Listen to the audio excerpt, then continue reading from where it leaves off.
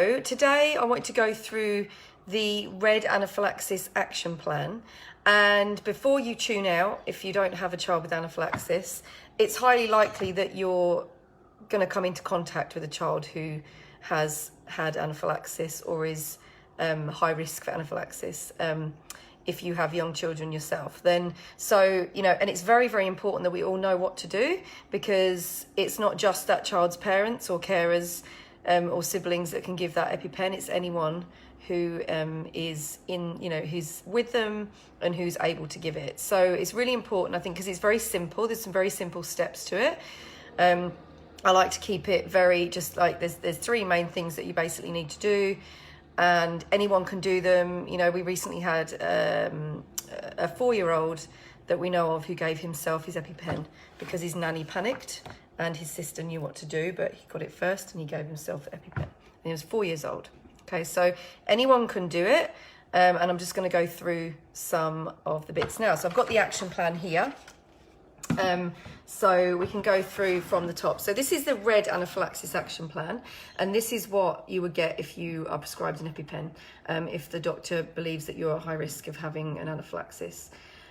So at the top is just the symptoms of an allergic reaction, which can be, the classic swollen eyes, swollen lips, hives, some redness, and sometimes some vomiting or abdominal pain. Now, these are all uncomfortable and they're not very nice, but these are just signs of an allergic reaction. Yes, they could go on to develop these symptoms of anaphylaxis, but these up here are something that would probably, most of them would be helped with antihistamine, but let's remember that antihistamine is just a comfort measure. It basically stops itching and eases the symptoms of allergy, but it will not stop anaphylaxis.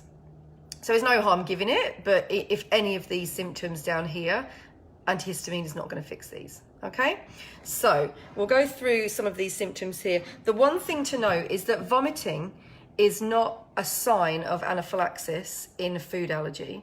However, vomiting in an insect sting or bee sting is a sign of anaphylaxis to that sting.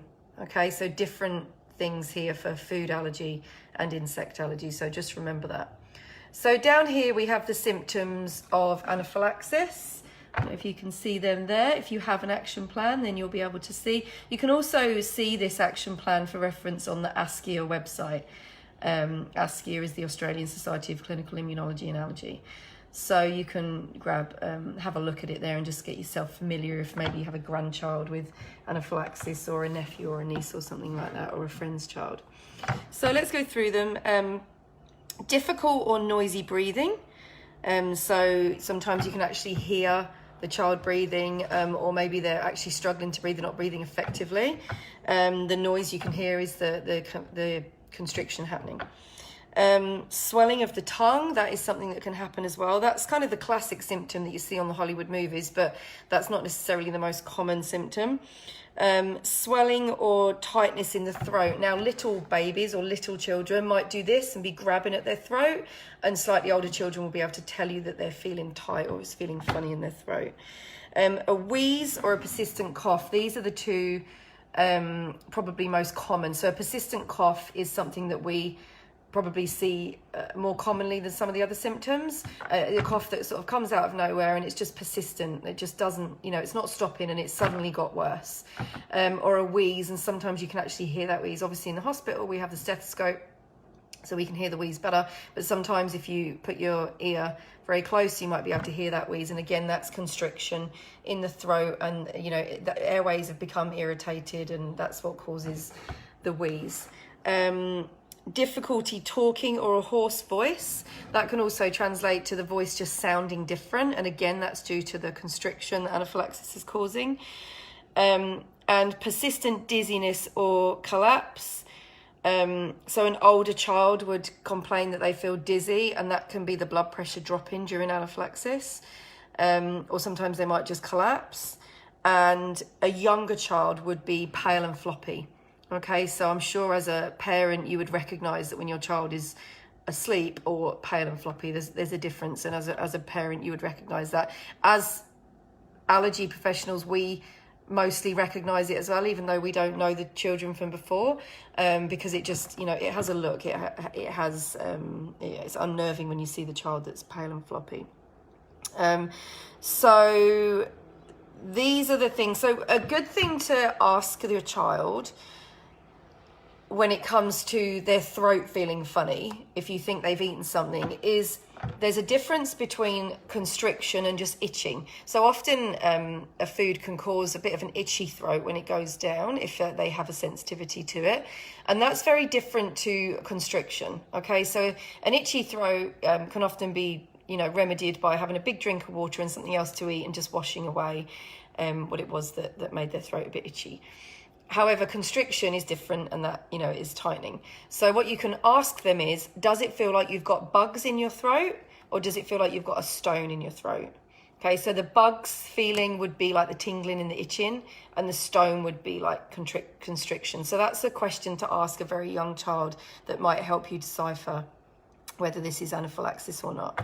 Okay, so what we need to do, if you have any of these symptoms, even just one of these, and you believe your child has ingested something that can cause anaphylaxis, you need to lay them down. So I know this is tricky if it's a young child and they're starting to panic and wriggle. We just try and lay them down, or at least sit them down. We don't want them falling over and hurting themselves. But also, if their blood pressure's dropping, it's best for a person to be laid flat, because the heart's already, you know, under strain and trying to do its best. So lay them flat and then give the EpiPen. All right, so don't delay with giving the EpiPen.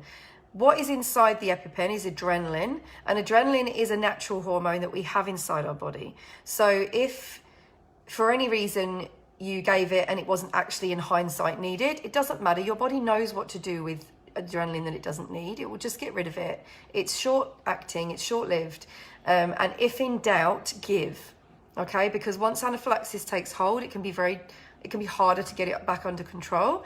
So what we say is, if you have any signs of these symptoms, or your child any signs of these symptoms, and you believe that they've ingested something, then we give the EpiPen, okay? And then we call the ambulance. So any of the signs, we lay them down or sit them down with us, give the EpiPen, and call the ambulance, okay? Don't be frightened of the EpiPen. This action plan is here so that you don't have to decide whether to give the EpiPen or not. This is telling you what to do. So you can take the parent thought out of it, if you like, that it's not up to you. Actually, the action plan is telling you that this is what you need to do, all right? So it's not your decision. So sometimes it's easier to think of it like that this is what this is here for, okay? And they're not going to come to any harm if, in hindsight, the next day after going through it with medical professionals, actually it wasn't anaphylaxis. It's fine. The child is going to be okay, all right? So I'll just go through how we give the EpiPen. So we're just going to pretend that my arm here is the outside of the thigh, the meaty bit on the outside of the thigh. Okay, so this is the EpiPen. It actually says what to do, and they'll often come in holders as well, but it says what to do here, but you're probably not going to effectively be reading what to do in a state of anaphylaxis. So we pull the blue cap off here, off the top, and that comes off quite easily. And then we hold it against the outside of the thigh, so not in your arm. Please don't do it on your arm. It's the outside of your thigh. I'm just showing you for ease of where I'm sitting. And what we do is you hold it like this, so you've got a good grip. You push until it clicks, and then hold 1, 2, 3, done. Okay, so it's very important that you push until it clicks and then just keep holding it against. So push until it clicks, 1, 2, 3, done. Count to 3 so that the adrenaline gets where it wants to go, and then you can remove. And this comes out like that so that the needle is then inside. And it's safe, it's disposable, single use. There's no needle sticking out anywhere, okay? So if your child has jeans or trousers on, that's fine. It will go straight through the clothes. If they have shorts on, it probably is worth just pulling those shorts up a little because it's easy enough to do, or a little skirt. But if they've got trousers on, speed is of the essence. Just give it straight through the trousers. That's absolutely fine. Make sure you're holding it nice and tightly. Make sure you've always taken the blue cap off here. Okay, so also don't do this. Don't you don't need to take a run up and do it. You want to just, because if you do that, the adrenaline's going to spurt out. It's not actually going to get where it needs to be. You just want to hold it against the thigh and then push, all right? You don't need to rush this too much. So just one more time, we're going to push, 1, 2, 3, done, okay? And once you've given the adrenaline, you call the ambulance straight away. Because if you are in a position where you have both your EpiPens to hand, after 5 minutes, you can actually give the second EpiPen, all right? That's exactly what the medical professionals would do if they were there within 5 minutes of the first one being given and the symptoms were still there.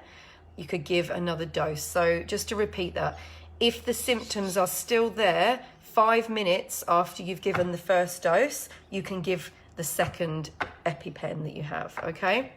There's only 1 dose in each. So if you're going on holiday, or you're going out, you know, maybe camping out somewhere that's remote or something like that, get the second EpiPen from daycare or school and take them with you, okay? Just because of that reason that you can give 2 doses.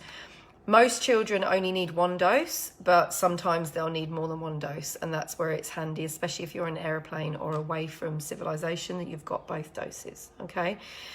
So I hope that was helpful today.